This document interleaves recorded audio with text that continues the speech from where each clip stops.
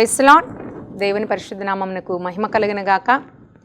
విడుదల సమయం అనేటువంటి ఈ మా కార్యక్రమాన్ని వీక్షిస్తున్న మీ అందరికీ ప్రత్యేకమైన హృదయపూర్వకమైన ధన్యవాదాలు తెలియజేస్తున్నాం. మీ యొక్క ప్రార్థన సహాయాన్ని బట్టి దేవుని స్తుతిస్తూ ఉన్నాం.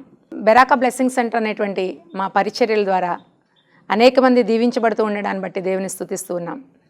ప్రతి చోట చాలా స్థలాల్లో మా యొక్క బెరాకా పరిచర్యలు కొనసాగుతూ ఉన్నాయి. దయచేసి మా పరిచర్యల కొరకు మీరు ప్రార్థన చేయండి. ప్రతి ఒక్కరిని ఆయన రాకడ కొరకు సిద్ధపరచాలని, సంఘాన్ని సంపూర్ణమైన సర్వసత్యంలోకి నడిపించాలనేదే మా ధ్యేయం. ఆ ధ్యేయంతో దేవుని యొక్క సన్నిధిలో మేము కొనసాగుతూ ఉన్నాం. మీ ప్రార్థన సహాయం అందించండి. ఖచ్చితంగా మీ యొక్క ప్రార్థన అవసరతలున్నా కూడా మీరు మాకు తెలియచేయండి. మీ కొరకు మేము కూడా ప్రార్థించడానికి సిద్ధంగా ఉన్నాం. మా కార్యక్రమాన్ని ప్రోత్సహించండి, అనేక మందికి పరిచయం చేయండి. దేవుని ద్వారా దీవించబడండి. God bless you. ఈ కార్యక్రమాన్ని విని ఆశీర్వదించబడండి. Praise lord. పునరుద్ధానములోనే గొప్ప విజయం, పునరుద్ధానములోనే గొప్ప బలం, పునరుద్ధాన శక్తి ద్వారానే ఆయన మరణాన్ని గెలిచాడు. ఓ మరణమా, నీ ముల్లెక్కడా? ఆయన మరణాన్ని జయించినవాడు. మరణము అనేది మానవుని జీవితంలో నిశ్చయముగా జరుగుద్ది. కానీ ఆ మరణము జయించడానికి శక్తినిచ్చిన దేవుడు మనతో ఉన్నాడు. ఆయన నిశ్చయముగా మన జీవితంలో గొప్ప కార్యాలు ఆయన చేస్తాడు. కనుక పిల్లరా, సిలువ అంటే అనేక మందికి ఎగతాళిగా ఉంది. చాలామంది చెబుతూ ఉన్నారు, ఆయన 3 మేకులను పీక్కోలేకపోయాడు, ఆయన దేవుడు ఎలాగవుతాడయ్యా అని ఎగతాళి చేస్తున్న జనాలు ఇప్పటికే ఉన్నారు. ఆ దినాలలో ఎగతాళి చేసిన వారు ఉన్నారు. ఈ దినాలలో కూడా ఆయనను గురించిన ఎగతాళి చేస్తూ ఉన్నారు. ఎందుకంటే నశించుచున్న వారికట అది వెర్రితనంగా ఉందట. ఈ లోకంలో నశించిపోయేవారు దాన్ని వెర్రితనంగా తీసుకుంటున్నారు. కానీ రక్షించబడిన నీవు నేను దేవుని శక్తి అయి ఉన్నాం. దేవుని యొక్క ఉన్నతమైన రాజ్యానికి వారసులమై ఉన్నాం.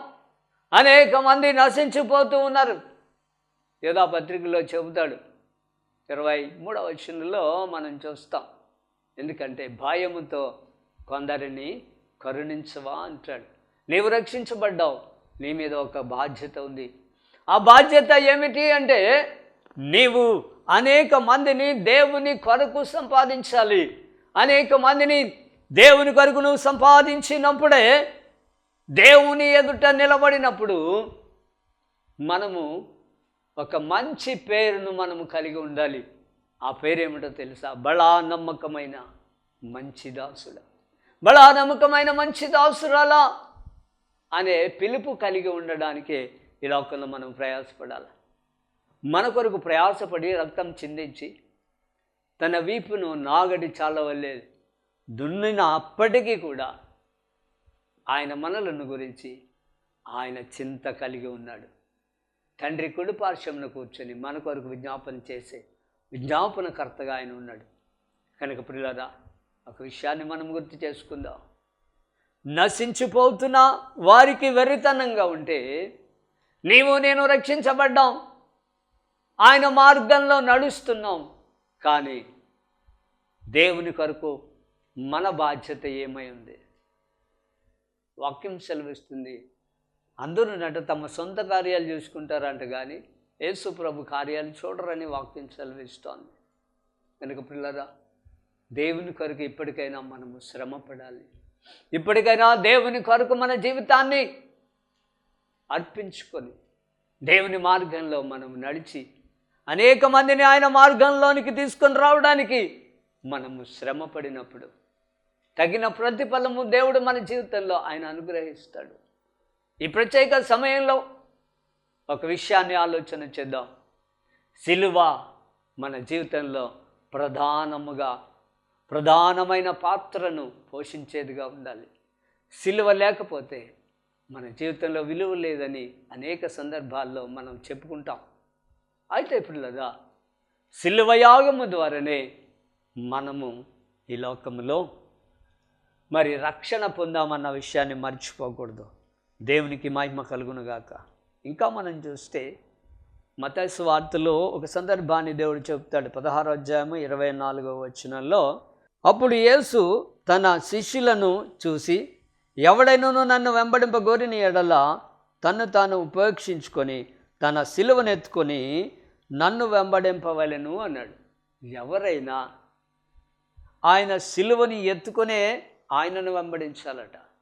అంటే దేవుని కొరకు మనము జీవించాలి అంటే కొన్ని శ్రమలు ఈ లోకంలో అనుభవించాలి. సిలువ అనేది శ్రమలను సూచిస్తూ ఉంది. ఆయన అంటాడు కదా, నన్ను వెంబడింపగోరేవాడు నా సిలువనెత్తుకోవాలి. ప్రస్తుత దినాలలో మరి సావుకులు సుఖభోగాలకు అలవాటైపోయి తన యొక్క జీవితంలో సుఖాన్ని కోరుకుంటున్నారు, కానీ దేవుని పరిచర్య పట్ల ఎటువంటి అవగాహన లేని వారిగా జీవిస్తూ ఉన్నారు. అనేక మంది తన యొక్క శరీరాన్ని దానికి కావలసినవన్నీ కూడా సమకూర్చుకొని వారు ఆనందించడానికి, సంతోషించడానికి ఇష్టపడుతున్నారు. కానీ మారుమూల గ్రామాలలో అనేక ఆత్మలు నశించిపోతూ ఉన్నాయి. ఇంకను అనేక దేశాలలో, అనేక గ్రామాలలో సువార్త అనేది వినిపించడం లేదు. చూడండి, ప్రస్తుత దినాలలో పరిచర్యను ప్రారంభించే సేవకులందరూ కూడా ఒక గిరి గీసుకుని ఆయా ప్రాంతాలలోనే సంఘాలు ఉన్న చోట సంఘాలు స్థాపిస్తూ ఆ సంఘాలలో నుండి అనేక ఆత్మలను మాయ మాటలు చెప్పి వీరి సంఘాలకు రప్పించుకోవడం. స్వచ్ఛమైన వాక్యము మేమే చెప్తాము రండి అని వారి సంఘాలను విడిచిపెట్టే వారి సంఘాలలోనికి వెళ్ళాలని ఆ విధమైన సువార్త ఇప్పుడు జరుగుతూ ఉంది. ఒకడట గేలం వేస్తూ చేపలు పడుతున్నాడంట. చేపలు పడుతున్న సందర్భంలో చేపలు పడినవన్నీ కూడా బుట్టలో వేసుకుంటున్నాడు. అయితే పిల్లరా మరి ఒకడు వచ్చి ఆ బుట్టలో గేలం వేస్తున్నాడట. అంటే వాడు శ్రమ పడకుండా, కష్టపడకుండా ఏం చేయాలి, ఏదో దేవుని పరిచర్య చేస్తున్నామని చెప్పుకోవడానికి వారు ప్రయత్నాలు చేస్తూ ఉన్నారు. ఆ బుట్టలో గేలం వేస్తే అది ఎంత దౌర్భాగ్యం. ప్రస్తుత దినాల్లో మాయమాటలు చెప్పి సంఘాలలో ఉన్న ఆత్మలను మోసగించి అనేక మంది సంఘాలు కడుతూ ఉన్నారు. ఇది కాదండి పరిచర్య, ఇది కాదు దేవుని సేవ, అది దేవుడు మెచ్చుకునేది కాదు. కొరింథీయులకు రాసిన వారు 2వ పత్రికలో 10వ అధ్యాయము 18వ వచనం మనం చదివితే అక్కడ ఉంటుంది, ప్రభువు మెచ్చుకునేవాడే యోగ్యుడు కానీ తన్ను తాను మెచ్చుకునేవాడు యోగ్యుడు కాదట. దేవుడు మెచ్చుకోవాలి. దేవుడు మనలను తన యొక్క కృప ద్వారా బలపరచాలి. ఆయన మనలను ఎన్నిక చేయాలి. ఆయన మనలను పిలవాలి. ఆయన పరిచర్య కొరకు ఏర్పాటు చేసుకోవాలి. అంతేగాని ఏదో మనకు మనము వచ్చేసి ఏదో చేద్దాము. చాలామంది ప్రస్తుతం దేవుని పరిచర్య ఏ విధంగా చేస్తున్నారు అంటే కేవలం తను తాను పోషించుకోవడానికి పరిచర్య చేసేవాళ్ళు ఉన్నారు. దయచేసి సావుకులుగా దయచేసి నన్ను క్షమించండి ఈ మాట అన్నందుకు. ఎందుకంటే పిల్లరా ఆ విధమైన పరిచర్య దేవుడు ఇష్టపడేది కాదు. మనము దేవుడు మెచ్చుకునే పరిచర్య మనము చేయాలన్న విషయాన్ని కూలంకుషంగా మనము పరిశోధన చేయాలి. దేవుని యొక్క ఉద్దేశమును మాత్రమే మన జీవితంలో నెరవేర్చడానికి ఇష్టపడాలి. నా సొంత ఉద్దేశము, నా సొంత ఆలోచన నన్ను ఉన్నతమైన స్థానానికి నడిపించదు కానీ, నిత్య జీవానికి మనల్ని తీసుకొని వెళ్ళదు కానీ, దేవుని ఉద్దేశము, దేవుని యొక్క ఆలోచన, దేవుని తలంపులు, దేవుని యొక్క మార్గాన్ని మనం అనుసరించినప్పుడే అది సాధ్యపడుతుంది. అందుకనే ప్రియులారా యేసు ప్రభు వారి లోకంలో ఉన్నప్పుడు చాలా సందర్భాలు ఆయన చెబుతూ వచ్చాడు. ఎందుకంటే మత్తయి సువార్త 20వ అధ్యాయము 19వ వచనంలో ఆయనను అపహసించుటకును, కొరడాలతో కొట్టుటకును, సిలువ వేయుటకును అన్యజనులకు ఆయనను అప్పగింతురు. మూడవ దినమున ఆయన మరలా లేచును అనే మాట ఉంది. ఆ విధంగానే ఆయన కొరడాలతో కట్టుబడి అన్యజనుల చేతికి ఆయన అప్పగించబడ్డాడు. ఆయనను వారు సిలువ వేశారు. సిలువ వేసినప్పుడు కుడి వైపున ఒక దొంగను, ఎడమ వైపున ఒక దొంగను ఆ దినాన సిలువ వేశారు. ఆయన యొక్క ఉన్నతమైన పరిస్థితి ఒక వ్యక్తి గమనించాడు. నిజముగా ఈయన దేవుడు లేక దేవుని కుమారుడు అని గమనించి, అయ్యా నీ రాజ్యంలో నన్ను కూడా జ్ఞాపకం చేసుకో అన్నాడు. వెంటనే ఆయన చెప్పిన సమాధానం ఏమిటి? నేడు నీవు నాతో కూడా పరదేశంలో ఉంటా. ఎంత గొప్ప భాగ్యాన్ని అతడు సంపాదించుకున్నాడు. ఆఖరి గడియలో తాను ఇక చనిపోవడానికి సిద్ధంగా ఉన్న పరిస్థితులలో ఆయన యొక్క ఉన్నతమైన దైవత్వాన్ని అతడు గుర్తెరిగాడు గనుకే ఆ సిలువలో దొంగ రక్షించబడ్డాడు. ఇంకా అనేక దినాలు మన ఎదుట ఉంటాయి.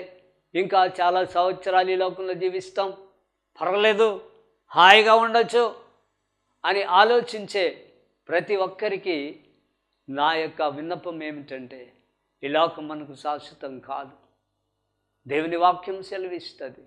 యాకోబు పత్రిక 4:14 మన జీవము ఏపాటిది, అంతలో కనపడి అంతలో మాయమైపోయే ఆవిరి వంటిది అని చెబుతూ, ప్రభు చిత్తమైతే అది ఇది చేతమని చెప్పుకోవాలట. ఎందుకంటే మానవుని జీవితం చాలా అల్పమైంది. కొంతసేపు కనబడుతుంది, కొంతసేపట్లో మాయమైపోతుంది. నా కళ్ళ ఎదుటే అనేక మంది తన ప్రాణాలను విడిచారు. మరి ముఖ్యంగా మా సొంత బంధువులే ఆ విధంగా చనిపోయారు.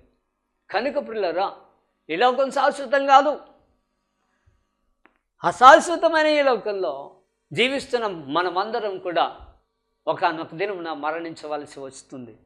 అయితే మరణించిన తర్వాత నీ గతి ఏమిటి, నీ పరిస్థితి ఏమిటి అంటే పిల్లరా, మానవుని జీవితంలో దేవుడు ఒక మహిమైశ్వర్యాన్ని పెట్టాడు.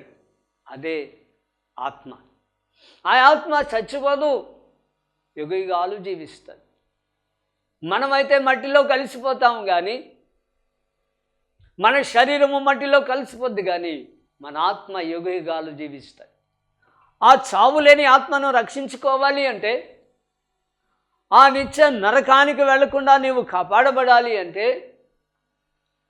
ఈ లోకంలో లోక సామెత ఒకటి ఉంది, దీపం ఉండగానే నీ ఇంటిని చక్కబెట్టుకో, ప్రాణం ఉండగానే నువ్వు ప్రభుని నమ్ముకో అని చెబుతుంది వాక్యం. అంటే చీకటిలో తరువాత మనం ఏమి చేసినా మనకు కనిపించదు. చీకటిలో మనుషుడు ఏమి చేయలేడు. అందుకనే నీవు వెలుగు ఉండగానే ఈ లోకములో మన ఇంటిని ఏ విధంగా చక్కబెట్టుకోవాలి అన్నాడు. దీపం ఉండగానే ఇంటిని చక్కబెట్టాలి. మన ప్రాణం ఉండగానే ప్రభుని నమ్ముకొని ఈ లోకంలో నీవు జీవించగలిగితే నీకు ఒక రాజ్యం అనేది దేవుడు ఏర్పాటు చేశాడు. మనమందరము కూడా, ఆయన నమ్ముకున్న ప్రజలందరూ కూడా దేవుని యొక్క ఉన్నతమైన రాజ్యానికి వెళ్ళడానికి దేవుడు సహాయం చేస్తూ ఉన్నాడు. చూడండి, యోహాను సువార్త 14 మొదటి నుంచి కొన్ని మాటలు మనం చదవగలిగితే అక్కడ ఉంటుంది. ఏమిటంటే, మరి నా ఇంట అనేక దేవుడు చెబుతూ ఉన్నాడు, మీ హృదయములను కలవరపడనీయకుడి, నా యందు విశ్వాసం ఉంచండి. నా తండ్రి ఇంట అనేక నివాసాలు ఉన్నాయి, లేని యెడల మీతో చెబుతాను. నేను వచ్చి మరలా మిమ్మల్ని కొనుక్కోవడానికి, తీసుకొని వెళ్ళడానికి నేను సంసిద్ధుడనై ఉన్నాను అన్నాడు. అంటే మనకొక నివాసం అనేది దేవుడు పరమందు ఏర్పాటు చేస్తున్నాడు. ఎవరికంటే ఈ లోకంలో ఉన్న వారందరికీ కాదు, యేసు రక్తంలో కడగబడి సువార్తను నమ్మి విశ్వసించి సువార్త ద్వారా రక్షించబడి దేవుని యొక్క పిల్లలుగా బాప్తిసం ద్వారా గుర్తింపబడినప్పుడు దేవుడు వారికి పరలోకానికి వెళ్ళడానికి ఒక టికెట్ని ఇస్తాడు. అదే రక్షణ వస్త్రం. ఆ రక్షణ వస్త్రము నీవు కాపాడుకొని నీ జీవితాన్ని దేవుని కొరకు జీవించి ఈ లోకంలో కష్టము, హింసలు, వ్యాధి బాధలు, సమస్యలు వచ్చినప్పటికీ కూడా దేవుణ్ణి విడిచిపెట్టకుండా నువ్వెప్పుడైతే దేవుని కొరకు ఈ లోకంలో జీవిస్తావో, ఈ లోకంలో నీవు మరణించిన తరువాత నిత్య జీవం అనేది దేవుడు నీ కొరకు ఏర్పాటు చేశాడు. అది ఏ విధంగా మన జీవితంలో జరుగుతుంది అంటే రోమాపత్రిక 9వ అధ్యాయం 10వ వాక్యంలో ఉంటుంది. మనము ఆయనను హృదయమందు విశ్వసించి ఆయన దేవుడని మనము నోటితో ఒప్పుకున్నప్పుడు రక్షణ కార్యం అనేది మన జీవితంలో జరుగుతుంది. కనుక ప్రియులారా, ఇప్పటికైనా మించిపోయింది లేదు. ఈ యొక్క టీవీ వర్తమానం ద్వారా దేవుని మాటలు వింటున్న ప్రియులారా, ఒక విషయాన్ని గుర్తుపెట్టుకోండి. నువ్వెప్పుడైతే యేసు ప్రభుని సొంత రక్షకునిగా అంగీకరిస్తావో ఈ లోకంలో నీవు ధన్యుడవు. ధన్యకరమైన జీవితం నీ జీవితంలో దేవుడు నీకు అనుగ్రహిస్తాడు. నీ ఒక ప్రత్యేకమైన జీవితాన్ని జీవించడానికి దేవుడు సహాయం చేస్తాడు. కనుక ప్రియులారా, సిలువ యాగము ద్వారానే మానవాళికి రక్షణ. సిలువ యాగము ద్వారానే మానవులు తన పాపము నుండి విముక్తి పొందుకొని దేవుని యొక్క కుమారులుగా, కుమార్తెలుగా వారు అంగీకరించబడతారు.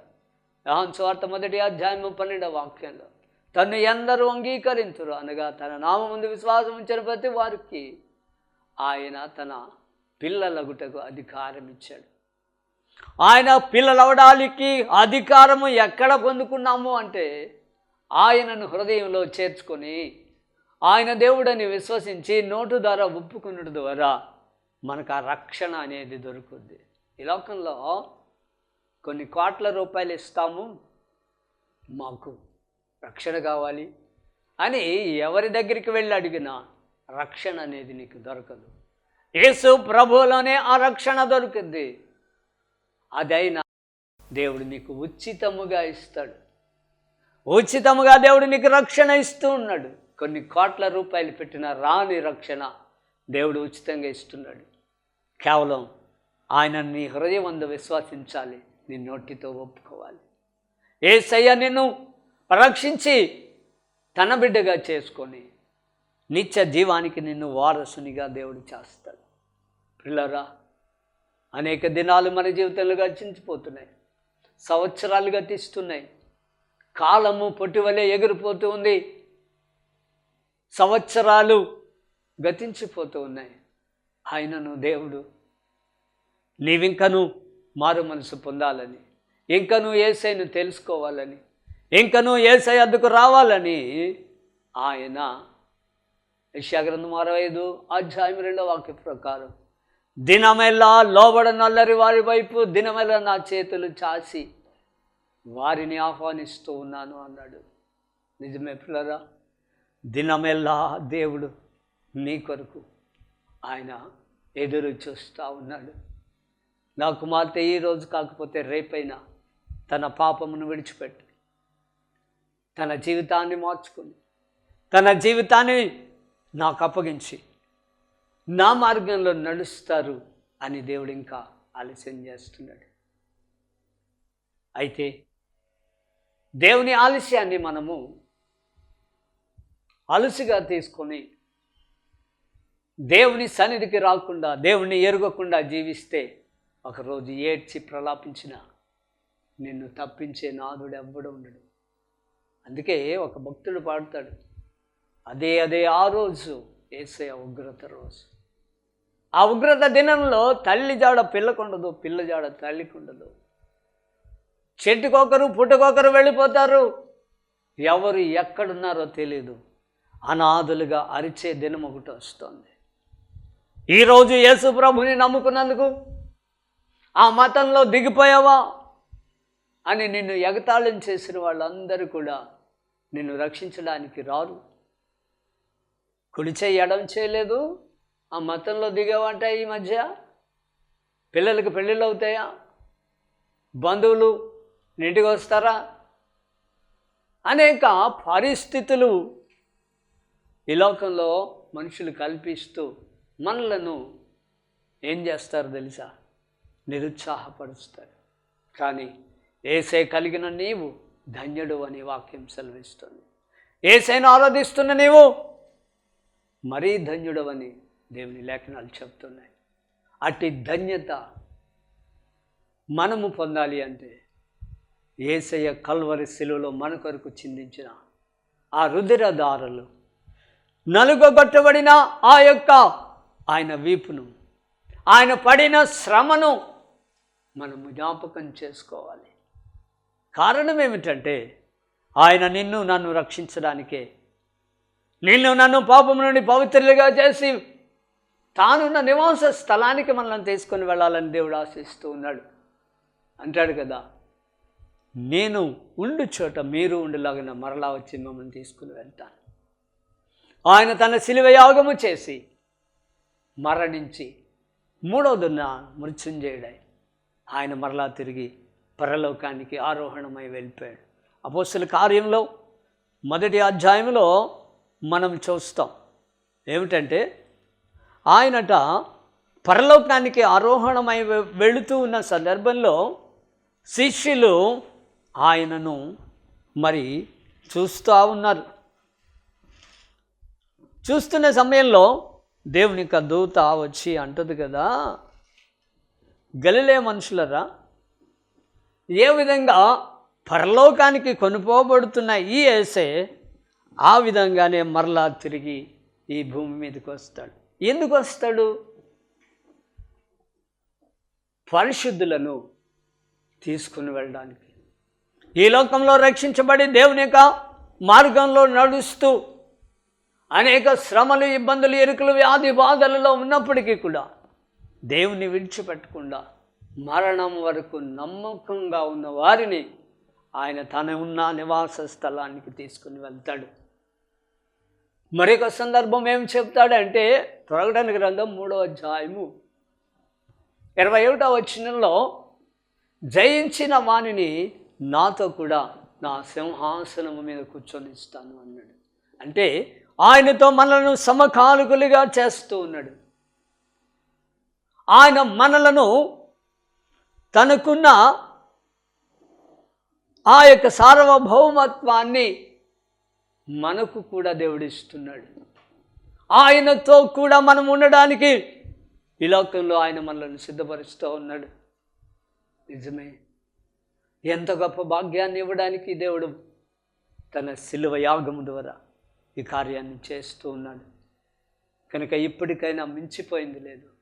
యేసు ప్రభుని నీ సొంత రక్షకునిగా అంగీకరిస్తే నీవు ధన్యుడవు, ధన్యురాలు. రేపు దినం అనేది మన జీవితంలో ఉంటుందో ఉండదో తెలియదు ప్రియులారా. మన జీవము ఏ పాటిదని మనము అంతలో కనబడి మాయమైపోయే ఆవిరి వంటి వారమని దేవుని వాక్యం సెలవిస్తోంది. అందుకనే ప్రియులారా, మనము దేవుని యొక్క మార్గంలోనికి వచ్చినప్పుడు, దేవుని యొక్క ఉద్దేశాన్ని మనము నెరవేర్చినప్పుడు దేవుడు నిశ్చయముగా ఆ ఉన్నతమైన భాగ్యాన్ని దేవుడు మనకి ఇస్తాడు. నిజమే, ఆ భాగ్యము వెలపెట్టి కొనలేము. ఆ భాగ్యము మన జీవితంలో ఎంత ప్రయాసపడినా దొరకనిది ఆయన ఉచితంగా మనకి ఇస్తూ ఉన్నాడు. ఇప్పటికైనా ఆలోచన చేయి. ఎప్పటికైనా నీ జీవిత అంతం ఏమిటో ఒకసారి తెలుసుకో. మానవుని జీవితం యొక్క అంతము ఎటువంటిది అంటే అది చాలా భయంకరమైనది. ఆ భయంకరమైన పరిస్థితి నుండి విడిపించబడాలి అంటే దేవుని చేత కృప పొందిన మనము మన రక్షణ కార్యం మన జీవితంలో జరిగినప్పుడు దేవుడు నిశ్చయముగా ఆ ఉన్నతమైన రాజ్యం కొరకు దేవుడు మనల్ని సిద్ధపరుస్తాడు. రక్షణ కార్యము మన జీవితంలో జరగాలి అంటే సిలువ అనేది చాలా ప్రాముఖ్యమైన పాత్రను పోషిస్తూ ఉంది. సిలువ లేకపోతే మనకు విలువ లేదని ఎందుకు అప్పుడే నేను 3 సార్లు చెప్పాను. కానీ ప్రియులారా, సిలువ వైపుకు నువ్వు ఆకర్షించబడితేనే, సిలువను గనక నీవు ధరించుకుంటేనే, సిలువను మోయడానికి నువ్వు ఇష్టపడితే దేవుని యొక్క ఉన్నత కార్యము నీ జీవితంలో దేవుడు జరిగించి నిన్ను ఒక ఉన్నతమైన రాజ్యానికి ఆయన సిద్ధపరుస్తున్న సమయం ఇది. రేపు ఎల్లుండా అని వాయిదాలు వేస్తూ నీ జీవితాన్ని కొనసాగించి నీ కాలాన్ని వ్యర్థపరుచుకుంటున్నావేమో, ఇప్పటికైనా దేవుడు తన యొక్క ఉన్నతమైన ప్రేమ చేత నిన్ను ఆహ్వానిస్తూ ఉన్నాడు. ఆ ప్రేమ అగాపే ప్రేమ, అంతము లేని ప్రేమని లేఖనాలు సెలవిస్తున్నాయి. యోహాను సువార్త 3:16 చెబుతాడు, దేవుడు లోకమును ఎంతో ప్రేమించాను కనుక ఆ ప్రేమ గల దేవుడు నిన్ను ఆహ్వానిస్తూ ఉన్నాడు. ఆ ప్రేమ గల దేవుడు తన చేతిని చాచి నిన్ను తన ఎదుగు రావాలని, తన మార్గంలో నడవాలని ఆయన ఆశిస్తున్నాడు.